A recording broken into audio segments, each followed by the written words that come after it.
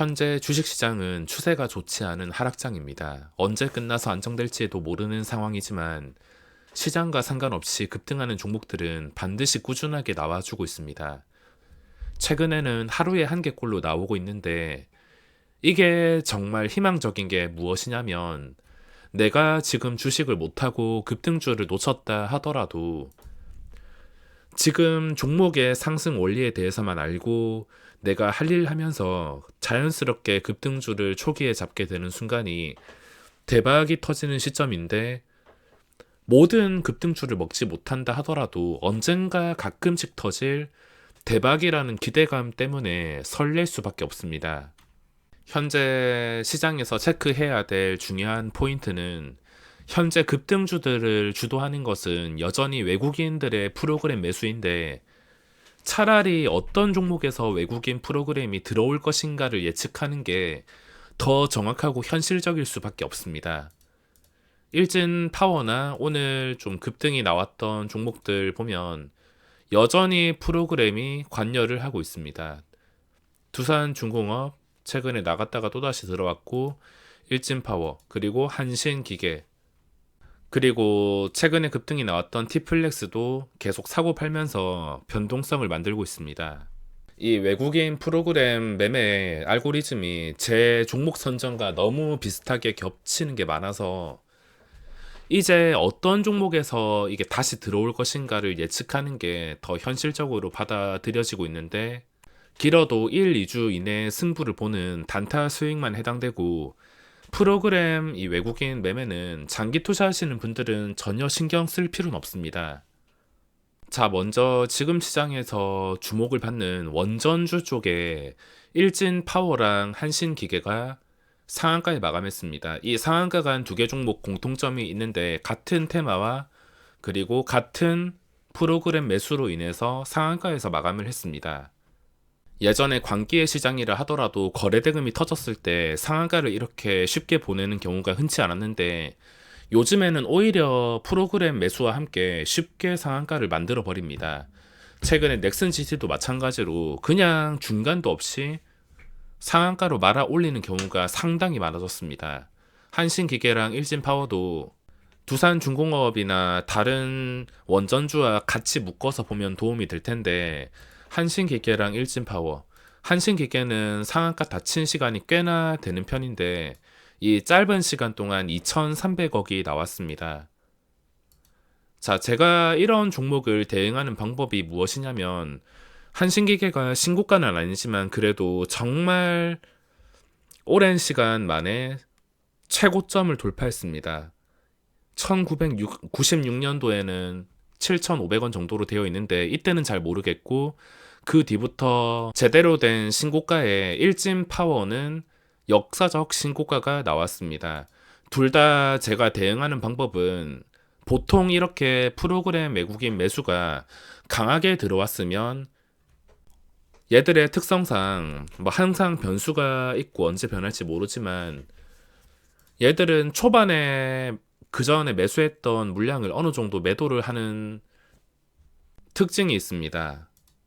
이 42만 주가 들어왔다면 42만 주를 한 방에 매도하는 게 아니라 아무리 매도가 많이 나와봤자 여기서 한 반 정도, 한 20만 주 정도, 그리고 한신기계는 이 37만 주 중에서 거의 20만 주 가까이 18만 주에서 20만 주 정도 반 정도 물량이 나올 때 그게 건강한 눌림목이라면 그때 눌림목에서 접근을 할 수가 있습니다. 눌림에서 접근하면 반 정도 매도가 나오다가 얘들이 다시 단타로 순매수가 붙으면서 눌림목을 성공시키는 상승이 나올 수가 있습니다. 제가 요즘에 이용하는 눌림목도 얘들이 어느 정도 매도가 나온 다음에도 그게 건강한 눌림목일 경우에만 접근을 하고 있습니다.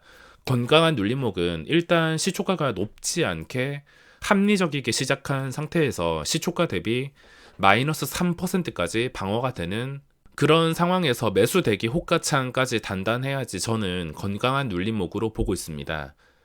지금 한신기계나 일진파워 저는 보유 중이지 않지만 혹시나 이 두 개 종목을 대응한다면 초반에 프로그램 매도 빠지면서 건강한 눌림목일 때만 접근할 것 같습니다. 지금 시장 추세가 좋지 않긴 하지만 관찰할 만한 종목들은 넘치고 넘쳤습니다. 지금 마음속으로 시나리오를 다 만들어 놓고 어떤 종목이 어떻게 움직일 경우에 나는 어떻게 대응을 하겠다 이렇게 다 생각을 하고 있는데 월요일부터는 종목들을 꾸준하게 관찰한다고 바빠질 것 같습니다. 그나저나 이 프로그램 외국인은 시가총액 1000억에서 2000억대 종목을 정말 좋아하는 것 같습니다. 최근에 급등했던 뭐 로보로보라든지 그리고 티플렉스라든지 1000억에서 2000억짜리 종목들을 더 좋아하는 것 같습니다. 물론 다른 종목들도 있긴 하지만 주로 이 프로그램이 관여하는 종목들이 1000억에서 2000억짜리. 자, 그 다음 종목은 티플렉스란 종목인데 최근에 신고가를 돌파하고 이제 방향이 결정될 때가 되었습니다. 금요일 시장에는 장 전부터 함정이 있어서 저도 접근을 하지 못했는데 결국에 함정이 있으니까 이런 식으로 하락해서 갭도 못 지키면서 마감을 했지만 아직까지 신고가와 거리가 가까워서 프로그램 외국인이 얼마든지 다시 접근할 수가 있습니다. 이 추세가 진짜 심각하게 한 5,900원 밑으로 완전히 깨지는 게 아닌 이상은 언제라도 다시 진입을 해서 고점을 뚫어주는 경우가 있기 때문에 플렉스도 꾸준히 관찰할 수밖에 없지만 시가총액 1000억에서 2000억짜리 종목이 프로그램이 들어올 경우, 프로그램이 가지고 놀 경우에는 그렇게 오래 가진 않습니다. 보통 첫 번째 상승이 강하고 두 번째 상승까지 강했다가 그 뒤에 힘을 잃고 제자리로 돌아가는 경우가 많기 때문에 게다가 그건 저가 매수가 아니라 고점 매수가 될 수 있기에 고점에서 매수한다면 대응 방법이 당연히 무조건 단타로밖에 대응을 할 수가 없습니다. 내가 어떤 자리에 잡았냐에 따라서 엉덩이가 무거워지면서 수십 퍼센트 수익을 노릴 수도 있는 것이고 고점에서 잡는다면 무조건 단타 줄 때 먹기. 매수가에 따라서 방망이 길이를 잘 조절을 해야 됩니다. 자, 그 다음 종목은 로보로보라는 종목인데 18일 금요일 시장에 유일 로보틱스라는 종목이 새로 상장합니다. 로봇주로서 지금 두 배 뻥튀기가 될 것 같은데 혹시나 유일 로보틱스 상장 전에 시세가 한 번 더 나오지 않을까 싶어서 관찰을 하고 있습니다. 1월까지 많이 오르긴 했지만 좀 쉬다가 이제 2월에 첫 상승 다시 나오고 좀 길게 보면은 이게 첫 상승은 아니지만 짧게 보면은 이때가 첫 상승 양봉 그리고 적당히 쉬다가 한 번 더 양봉이 충분히 나올 수도 있기 때문에 유일 로보틱스 상장과 겹쳐가지고 지켜보고 있습니다. 금요일 시장에서는 그 전에 들어온 이 외국인 프로그램 매수 때문에 함부로 접근하지 못했지만 적당히 빠지고 주가도 거의 변동이 크지 않고 10,000원을 뛰어넘은 자리를 잘 지켜주고 있습니다. 호가 단위가 변하는 위에서 거래가 되고 있다는 것은 언제라도 평소와 다른 거래가 나왔을 때 한 번 더 신고가를 찍거나 뭐 터치했다가 바로 무너진다던가 아니면 터치했다가 일진 파워나 한신기계처럼 끝까지 밀어붙여가지고 뭐 상한가를 간다든지 그런 그림까지도 기대를 할 수가 있어서 관찰을 하고 있으며 이런 종목은 저는 평소와 다른 움직임이 나올 때만 대응을 하고 있습니다. 무작정 잡아서 끌고 가면 솔직히 주가는 어떻게 될지 알 수 없습니다. 아무리 좋아 보이는 추세를 하더라도 내 마음대로 되지 않는 게 주식이기 때문에 무작정 여기서 상승을 바라고 접근하는 것보다 그냥 평소와 다른 움직임이 나왔을 때 평소와 다르다는 것은 거래량을 뜻합니다.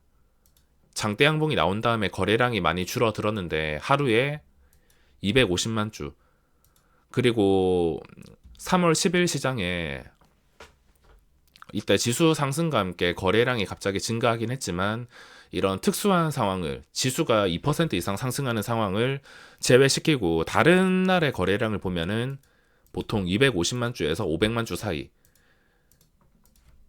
장 초반부터 갑자기 뜬금없는 상승이 나오거나 거래량이 갑자기 평소와 달리 많이 붙는다 싶으면 그날은 장대 양봉이 나올 수도 있습니다. 저는 평소와 다른 거래량이 나오기만을 기다리고 있습니다.